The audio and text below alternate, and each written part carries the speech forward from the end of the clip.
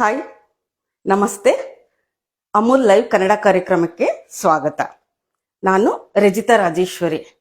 ಇವತ್ತು ಏನು ಮಾಡ್ತಾ ಇದ್ದೀನಿ ಗೊತ್ತಾ? ಪನ್ನೀರ್ ವಾಂಗಿಬಾತ್. ಯೂಶಿಯಲಿ ನಾವು ವಾಂಗಿಬಾತ್ ಅಂದರೆ ಬದನೆಕಾಯಿನಲ್ಲಿ ಮಾಡ್ತೀವಿ. ವಾಂಗಿಬಾತ್ ಅಂದರೆ ಹಾಗೆ ಹೇಳ್ತಾ ಇದ್ದಿದ್ದು, ಅಥೆಂಟಿಕ್ ಆಗಿ ಅದೇ ಮಾಡ್ತಾ ಇದ್ದಿದ್ದು. ಆಮೇಲೆ ಲೈಕ್ ಕ್ಯಾಬೇಜು, ಕ್ಲಸ್ಟರ್ ಬೀನ್ಸು, ಮೆಂತ್ಯ ಸೊಪ್ಪು ಇದರಲ್ಲೆಲ್ಲ ಕೆಲವ್ರು ಮಾಡ್ತಾರೆ, ನಾನು ಮಾಡ್ತೀನಿ ಕೂಡ. ಸೊ ಪನ್ನೀರಲ್ಲಿ ಯಾಕೆ ಟ್ರೈ ಮಾಡಬಾರ್ದು ಅಂತ ಮಾಡಿದೆ, ತುಂಬಾ ಚೆನ್ನಾಗಿ ಬಂತು.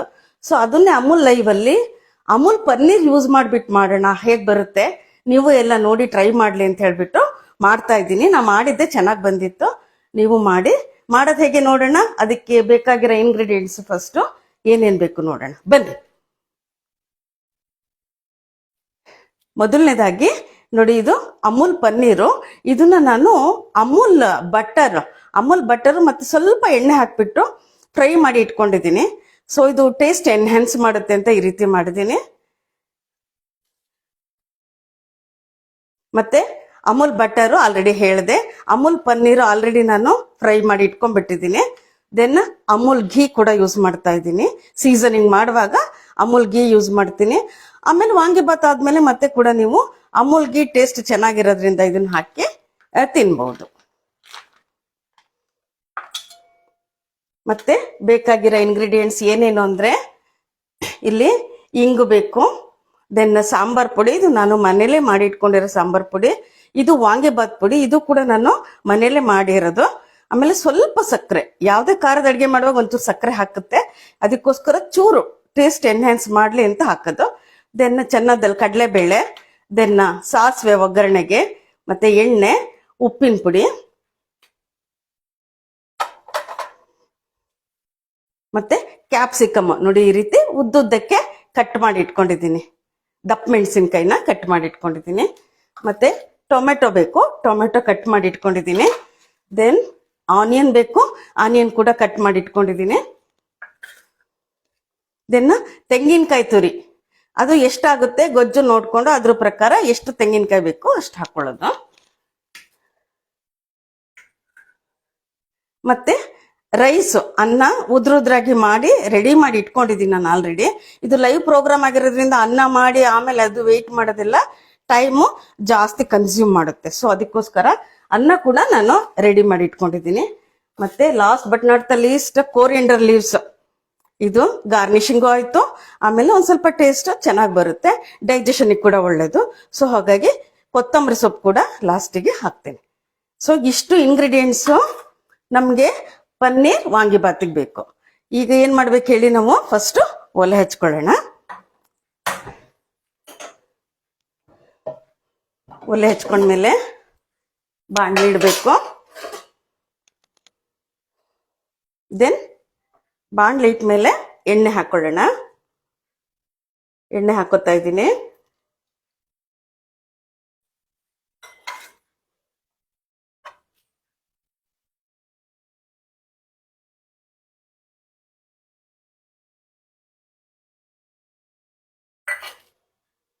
ಈಗ ಎಣ್ಣೆ ಹಾಕಿದ್ದೀನಿ.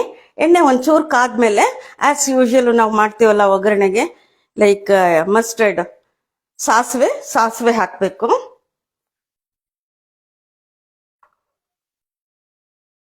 ನೋಡಿ ಸಾಸಿವೆ ಕೂಡ ರೆಡಿ ಮಾಡಿ ಇಟ್ಕೊಂಡಿದ್ದೀನಿ. ಇದೊಂಚೂರು ಕಾಯ್ತಿದ್ದಂಗೆ ನಾವು ಸಾಸಿವೆ ಕೂಡ ಆಕ್ಚುಲಿ ನೋಡೋದಕ್ಕೆ ಸಣ್ಣದಾಗಿದ್ರು ಕೂಡ ಇದು ತುಂಬಾ ಒಳ್ಳೇದು, ಹೆಲ್ದಿ.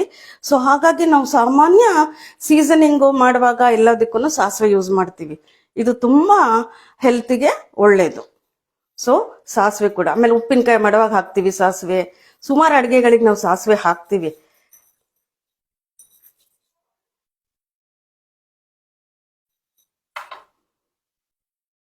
ನೋಡಿ ಸಾಸಿವೆ ಆಗ್ಲೇ ಚಟಪಟ ಅಂತ ಒಂದ್ ಸ್ವಲ್ಪ ಕಾಣಿಸ್ತಾ ಇದೆ ಅಲ್ಲ.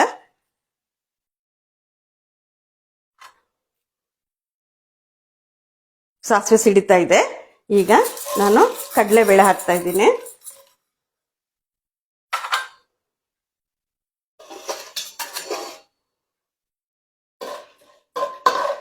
ಕಡಲೆಬೇಳೆ ಇದೊಂದು ಚೂರು ಫ್ರೈ ಆಗ್ಬೇಕಿದು, ಹಸಿ ಇರಬಾರ್ದು ಅಥವಾ ಫುಲ್ ಬ್ಲ್ಯಾಕಿಶ್ ಆಗಬಾರ್ದು.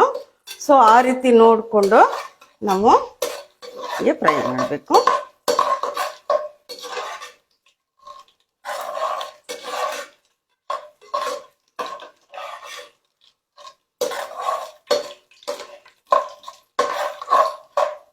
ಯಾವುದೇ ಅಡುಗೆ ಮಾಡುವಾಗ ನಾವು ಒಗ್ಗರಣೆ ಹಾಕುವಾಗ ಯಾವ್ದಾದ್ರು ಒಂದು ಕಡಲೆಕಾಯಿ ಬೀಜ ಅಥವಾ ಮೆಣಸಿನ್ಕಾಯಿ ಏನಾದರೂ ಸಿಹಿದ್ ಬಿಟ್ರೆ ಫುಲ್ ಅಡುಗೆನೇ ಕೆಟ್ಟೋಗುತ್ತೆ. ಸೊ ಹಾಗಾಗಿ ನಾವು ಅಡುಗೆ ಮಾಡುವಾಗ ಆದಷ್ಟು ಅದ್ರ ಕಡೆನೇ ಕಾನ್ಸಂಟ್ರೇಟ್ ಮಾಡಬೇಕು, ಆವಾಗ ಅಡುಗೆ ಚೆನ್ನಾಗಿ ಬರುತ್ತೆ. ಇಲ್ಲಿ ಒಗ್ಗರಣೆ ಇಟ್ಬಿಡೋದು, ಎಲ್ಲೋ ಹೋಗೋದು, ಏನೋ ಮಾಡೋದು ಬರೋದು ಮತ್ತಿನ್ನೇನೋ ಮಾಡೋದು ಮಾಡ್ತಿದ್ರೆ ಸೊ ಮಾಡೋ ಅಡುಗೆ ಕೆಟ್ಟೋಗುತ್ತೆ, ಮನೇಲಿರೋ ಜನಗಳಿಗೂ ಇಷ್ಟ ಆಗಲ್ಲ. ಸೊ ನೋಡಿ ಇವಾಗ ಸಾಕು. ಇದಾದ್ಮೇಲೆ ನಾನು ಈರುಳ್ಳಿ ಹೆಚ್ಕೊಂಡಿದ್ನೆಲ್ಲ ಅದು ಹಾಕ್ತಾ ಇದ್ದೀನಿ.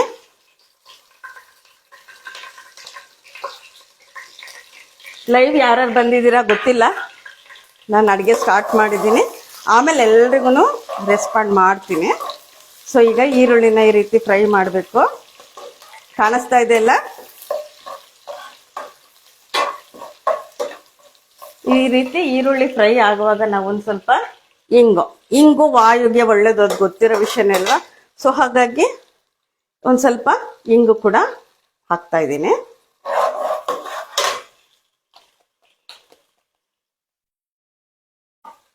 ಹಿಂಗಾದ್ಮೇಲೆ ನೋಡಿ ಈರುಳ್ಳಿ ಕೂಡ ಫ್ರೈ ಆಗಿದೆ, ಕಡಲೆಬೇಳೆ ಪ್ರಾಪರ್ ಆಗಿ ಫ್ರೈ ಆಗಿದೆ. ಸೊ ಇವಾಗ ನಾನು ಉದ್ದುದ್ದಕ್ಕೆ ನೀಟಾಗಿ ಕಟ್ ಮಾಡಿ ಇಟ್ಕೊಂಡಿದ್ನೆಲ್ಲ ಅದು ಕ್ಯಾಪ್ಸಿಕಮ್ ಹಾಕ್ತಾ ಇದ್ದೀನಿ. ಕ್ಯಾಪ್ಸಿಕಮ್ ಆ್ಯಕ್ಚುಲಿ ಬೇಗ ಬೇಯುತ್ತೆ, ಅದು ಅಲ್ಲದೆ ನಾನು ಸ್ವಲ್ಪ ತಿನ್ನಾಗಿ ಈ ರೀತಿ ಕಟ್ ಮಾಡಿ ಇಟ್ಕೊಂಡಿರೋದ್ರಿಂದ ಇನ್ನೂ ಬೇಗನೆ ಬೇಯುತ್ತೆ. ವೈ ಬಿಕಾಸ್ ಇದು ಲೈವ್ ತುಂಬ ಹೊತ್ತು ಟೈಮು ಸ್ಪೆಂಡ್ ಮಾಡೋದು ಬೇಡ, ಅದು ದಪ್ಪ ಹೆಚ್ಚಿದ್ರೆ ಟೈಮ್ ಕನ್ಸ್ಯೂಮ್ ಮಾಡುತ್ತೆ ಅಂತ ಈ ರೀತಿ ಸಣ್ಣಕ್ಕೆ ಹೆಚ್ಕೊಂಡಿದ್ದೀನಿ. ನೋಡೋಕ್ಕೂ ಚೆನ್ನಾಗಿರುತ್ತೆ, ತಿನ್ನೋರ್ಗೂ ಖುಷಿ ಆಗುತ್ತೆ ಈ ರೀತಿ ಇದ್ರೆ. ಸೊ ಇದು ಹಾಕಿ ಸ್ವಲ್ಪ ಹೊತ್ತಿಗೆ ಟೊಮೆಟೊ ಹಾಕ್ಬೋದು. ವೈ ಬಿಕಾಸ್ ಕ್ಯಾಪ್ಸಿಕಮ್ ಬೇಗ ಬೇಯುತ್ತೆ.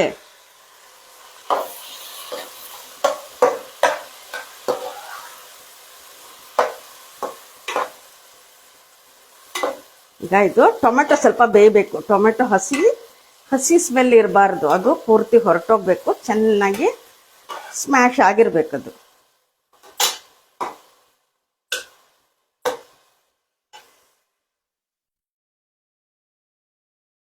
ಒಂಚೂರು ಬೇಯೋದಿಕ್ಕೆ ನೀವು ಸ್ವಲ್ಪ ಹೌದು ಅಲ್ವೋ ಅಂತ ನೀರು ಹಾಕ್ಕೋಬಹುದು. ನೀರು ಹಾಕ್ಕೊಂಡು ಒಂದು ಸ್ವಲ್ಪ ಮುಚ್ಚಿಟ್ಬಿಟ್ರೆ ಬೇಗ ಟೊಮೆಟೊ ಮತ್ತು ಕ್ಯಾಪ್ಸಿಕಮ್ ಬೇಯುತ್ತೆ. ಅಷ್ಟರೊಳಗಡೆ ಈಗ ನಾನು ಇಲ್ಲಿ ನೋಡಿ ಇದು ನಾನು ವಾಂಗಿಬಾತ್ ಪುಡಿ ನಾನೇ ಮಾಡಿಟ್ಕೊಂಡಿದ್ದೀನಿ. ಯೂಶಲಿ ಹೊರಗಡೆ ಸಿಗುತ್ತೆ, ಕೆಲವರೆಲ್ಲ ವಾಂಗಿಬಾತ್ ಮಾಡುವಾಗ ಹೊರಗಡೆಯಿಂದ ತರ್ತಾರೆ, ಬಟ್ ಇದು ನಾನೇ ಮಾಡಿಟ್ಕೊಂಡಿರೋದು ಮನೆಯಲ್ಲೇ. ಹೇಗೆ ಅಂದರೆ ಇದಕ್ಕೆ ಒಣಮೆಣಸಿನ್ಕಾಯಿ, ಕೊತ್ತಂಬರಿ ಬೀಜ, ಕಡಲೆಬೇಳೆ, ಉದ್ದಿನಬೇಳೆ, ಮೆಂತ್ಯ, ಜೀರಿಗೆ, ಸ್ವಲ್ಪ ಚಕ್ಕೆ, ಲವಂಗ, ಕಾಳುಮೆಣಸು ಇದನ್ನೆಲ್ಲ ಹುರಿದ್ಬಿಟ್ಟು ಪುಡಿ ಮಾಡಿ ಇಟ್ಕೊಂಡಿರೋದು.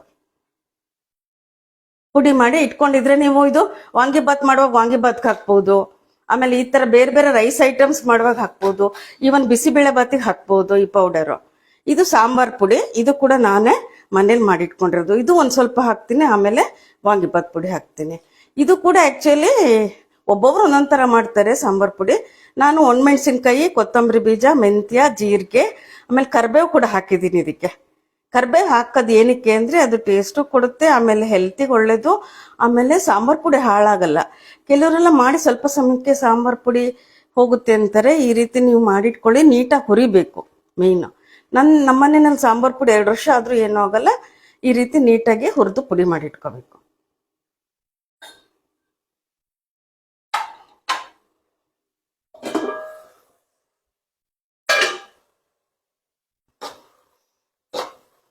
ನೋಡಿ ಈಗ ಟೊಮೆಟೊ ಬೇಯ್ತಾ ಇದೆ, ಇನ್ನೂ ಬೆಂದಿಲ್ಲ, ಸ್ವಲ್ಪ ಬೇಯಲಿ. ಯಾರ್ಯಾರು ಲೈವ್ ಬಂದಿದ್ದೀರಾ ಗೊತ್ತಿಲ್ಲ ನನಗೆ, ಬಂದಿರೋರಿಗೆಲ್ಲ ಹಾಯ್, ನೋಡ್ತಾ ಇರೋದಕ್ಕೆ ಥ್ಯಾಂಕ್ಸ್. ಆಮೇಲೆ ಹೇಗೆ ಬರ್ತಾ ಇದೆ ಹೇಳಿ, ಆಮೇಲೆ ನೀವು ಟ್ರೈ ಮಾಡ್ತೀರಾ ಇದೇ ರೀತಿ. ಪನ್ನೀರಲ್ಲಿ ಎಲ್ಲರೂ ಏನೇನೋ ಅಡುಗೆಗಳು ಮಾಡ್ತಾ ಇದ್ದೀರಾ ಗೊತ್ತು, ಇನ್ನೋವೇಟಿವ್ ಆಗಿ. ಹಾಗೆ ವಾಂಗಿಬಾತ್ ಕೂಡ ನೀವು ಇನ್ನೂ ಯಾವ್ಯಾವ್ದ್ರಲ್ಲಿ ಮಾಡ್ತೀರಾ ಅನ್ನೋದನ್ನ ಕೂಡ ತಿಳಿಸ್ಬೋದು ಇಲ್ಲಿ. ಸೊ ಗೊತ್ತಿಲ್ದಲೇ ಇರೋ ತಿಳ್ಕೊತಾರೆ, ನಾವು ಕೂಡ ಟ್ರೈ ಮಾಡ್ಬೋದು.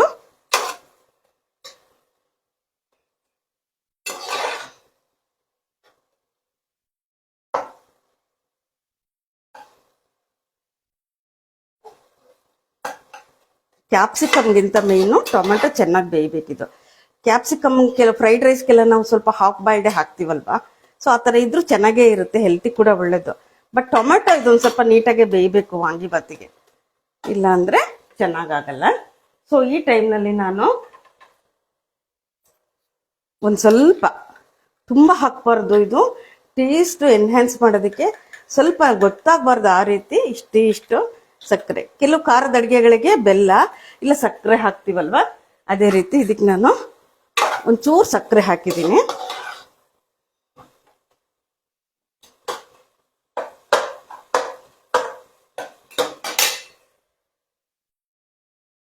ಈಗ ನೋಡಿ ಇದು ಉಪ್ಪು ಇದು ನೋಡ್ಕೊಂಡ್ಬಿಟ್ಟು ಕ್ವಾಂಟಿಟಿ, ಗೊಜ್ಜು ಇನ್ನು ಸ್ವಲ್ಪ ನಾನು ಇದು ಪನ್ನೀರ್ ಹಾಕಿಲ್ಲ, ಪನ್ನೀರ್ ಹಾಕಬೇಕು, ಅದೆಲ್ಲ ನೋಡಿಕೊಂಡು.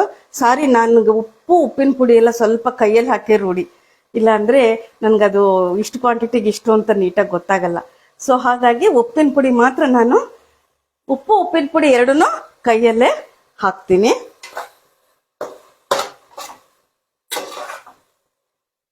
ಸೊ ಇದು ಉಪ್ಪಿನ ಪುಡಿ ಹಾಕಿ ಸ್ವಲ್ಪ ಚೆನ್ನಾಗಿ ತಿರುಗಿಸೋಣ.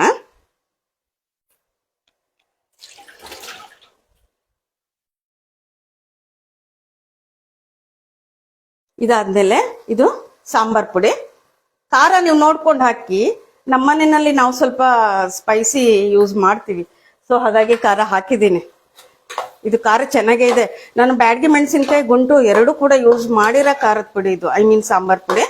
ಸೊ ಖಾರ ಇದೆ ಇದು. ಸೊ ಅದ್ರ ಜೊತೆಗೆ ಮೇಯ್ನು ಇದು ವಾಂಗಿಬಾತ್ ಆಗಿರೋದ್ರಿಂದ ನಾನು ವಾಂಗಿಬಾತ್ ಪುಡಿ ಕೂಡ ಹಾಕ್ತಾ ಇದ್ದೀನಿ. ಕ್ವಾಂಟಿಟಿ ನೋಡಿಕೊಂಡು ನೀವು ಎಷ್ಟು ಬೇಕೋ ಅಷ್ಟು ಹಾಕ್ಕೊಳ್ಳಿ. ಸೊ ಈಗ ಇದೆಲ್ಲ ಸಾಂಬಾರ್ ಪುಡಿ, ವಾಂಗಿಬಾತ್ ಪುಡಿ, ಟೊಮೆಟೊ, ಕ್ಯಾಪ್ಸಿಕಮ್ಮು ಸೀಸನಿಂಗ್ ಮಾಡಿದ್ದು ಎಲ್ಲ ನೀಟಾಗಿ ಈ ರೀತಿ ಬ್ಲೆಂಡ್ ಆಗಬೇಕು. ಉಪ್ಪು ಕೂಡ ಹಾಕ್ಬಿಟ್ಟಿದ್ದೀನಿ.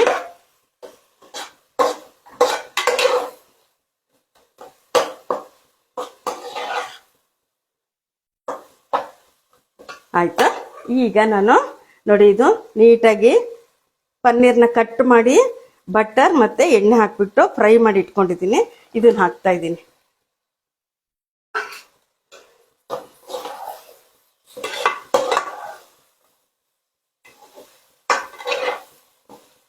ಅದಾದ್ಮೇಲೆ ತೆಂಗಿನಕಾಯಿ ತುರಿ, ಕ್ವಾಂಟಿಟಿ ನೋಡ್ಕೊಂಡ್ಬಿಟ್ಟು ಎಷ್ಟು ಬೇಕಷ್ಟು ತೆಂಗಿನಕಾಯಿನ ಹಾಕೋಬೇಕು. ಫೈನ್.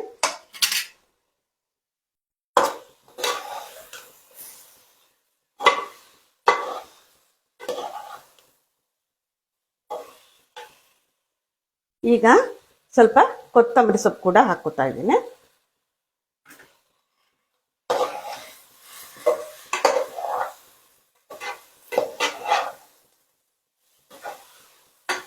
ಪನ್ನೀರ್ ಫ್ರೈ ಮಾಡ್ಕೊಂಡಿರೋ ಅಡ್ವಾಂಟೇಜ್ ಇನ್ನೊಂದು ಏನು ಅಂದ್ರೆ, ಇದು ಈ ರೀತಿ ಸ್ಟಿರ್ ಮಾಡುವಾಗ ಬ್ರೇಕ್ ಆಗಲ್ಲ. ಅದೇ ನೀವು ಹಸಿದ್ ಹಾಕಿದ್ರೆ ಬ್ರೇಕ್ ಆಗುತ್ತೆ. ಸೊ ಇವಾಗ ಉದ್ರಾಗಿ ಮಾಡ್ಕೊಂಡಿರೋ ಅನ್ನ ಕೂಡ ನಾನು ಹಾಕೋತಾ ಇದ್ದೀನಿ. ಕ್ವಾಂಟಿಟಿ ನೋಡ್ಕೊಂಡ್ಬಿಟ್ಟು ಹಾಕೋಬೇಕು. ಗೊಜ್ಜು ಎಷ್ಟಾಗಿದೆ, ಗೊಜ್ಜು ಕಮ್ಮಿ ಆಗ್ಬಿಟ್ಟು ರೈಸ್ ಜಾಸ್ತಿ ಆದ್ರೆ ಚೆನ್ನಾಗಿರಲ್ಲ, ಅಥವಾ ಗೊಜ್ಜು ಜಾಸ್ತಿ ಆಗಿ ರೈಸ್ ಕಮ್ಮಿ ಆದ್ರೂ ಚೆನ್ನಾಗಿರಲ್ಲ. ಸೊ ನೋಡ್ಕೊಂಡ್ಬಿಟ್ಟು ಈಗ ಸ್ವಲ್ಪ ಉರಿ ಕಮ್ಮಿ ಮಾಡ್ಕೊಂಡಿದ್ದೀನಿ ನಾನು.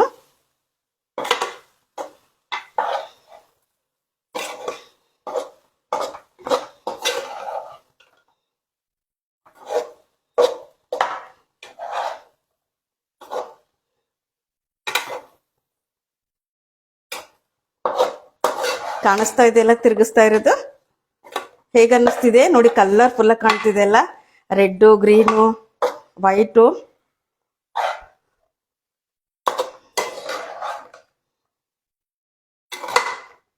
ನೋಡಿ ಇದು ಗೊಜ್ಜು ಜಾಸ್ತಿ ಅಂತ ನನಗೆ ಅನ್ನಿಸ್ತಾ ಇದೆ. ಸೊ ಇನ್ನು ಸ್ವಲ್ಪ, ಸೊ ಅದಕ್ಕೆ ರೈಸು ನಾನು ರೆಡಿ ಮಾಡಿ ಇಟ್ಕೊಂಡಿದ್ದೆ ಆಲ್ರೆಡಿ. ಸೊ ಹಾಗಾಗಿ ರೈಸ್ ಹಾಕ್ತಾ ಇದ್ದೀನಿ.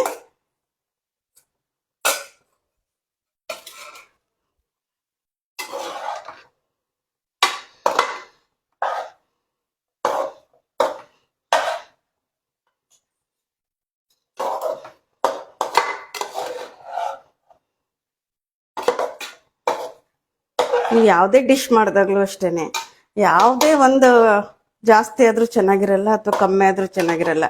ಲೈಕ್ ಉಪ್ಪು ಜಾಸ್ತಿ ಆದ್ರೂ ಉಪ್ಪು ಚೆನ್ನಾಗ್ ಅನ್ಸಲ್ಲ, ಅಥವಾ ಹುಳಿ ಜಾಸ್ತಿ ಆದ್ರೂ ಬೇಜಾರ್ ಅನ್ಸುತ್ತೆ. ಆಮೇಲೆ ಅದನ್ನೆಲ್ಲ ಬ್ಯಾಲೆನ್ಸ್ ಮಾಡೋದನ್ನು ಒಂಚೂರು ತಿಳ್ಕೊಂಡಿದ್ರೆ ಅಡಿಗೆ ಮಾಡುವಾಗ ಈಸಿ ಆಗುತ್ತೆ. ಹುಳಿ ಏನಾದ್ರು ಜಾಸ್ತಿ ಆದ್ರೆ ಅದಕ್ಕೊಂಚೂರು ಸ್ವೀಟ್ ಆಡ್ ಮಾಡಿದ್ರೆ ಅದು ಬ್ಯಾಲೆನ್ಸ್ ಆಗುತ್ತೆ.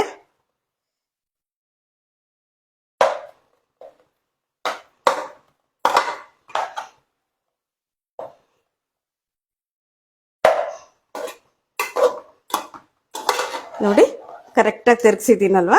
ಸೊ ಇವಾಗ ನೀಟಾಗಿ ಪನ್ನೀರ್ ವಾಂಗಿಬಾತ್ ರೆಡಿ ಆಗಿದೆ.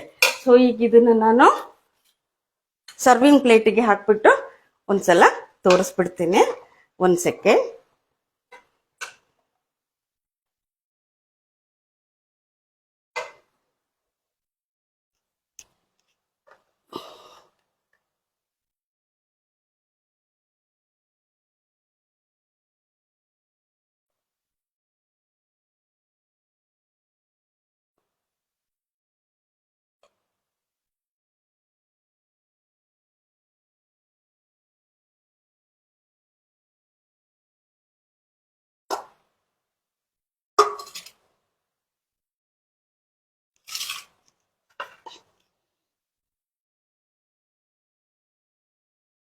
ನೋಡಿ ಪನ್ನೀರ್ ವಾಂಗಿಬಾತ್ ಕಾಣಿಸ್ತಾ ಇದೆಯಾ?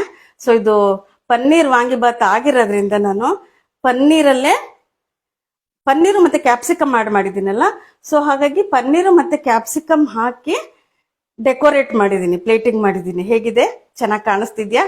ನೋಡಕ್ಕೆ ತಿನ್ಬೇಕು ಅನ್ನಿಸ್ತಿದ್ಯಾ? ಟೆಂಪ್ಟಿಂಗ್ ಅನ್ನಿಸ್ತಿದ್ಯಾ? ಹೇಗಿದೆ? ಎಲ್ಲರೂ ಕಮೆಂಟ್ ಮಾಡಿ ತಿಳಿಸಿ. ನನಗೆ ಈ ಒಂದು ದೊಡ್ಡ ಅಮೂಲ್ ಲೈವ್ ಕನ್ನಡ ಕಾರ್ಯಕ್ರಮದ ದೊಡ್ಡ ಪ್ಲಾಟ್ಫಾರ್ಮ್ ನಲ್ಲಿ ನನಗೆ ಇದೊಂದು ಆಪರ್ಚುನಿಟಿ ಕೊಟ್ಟಿದ್ದಕ್ಕೆ ಅಮೂಲ್ ಲೈವ್ ಎಲ್ಲಾ ಸ್ಟಾಫಿಗೂ ತುಂಬ ಹೃದಯದ ಧನ್ಯವಾದಗಳು. Thank you.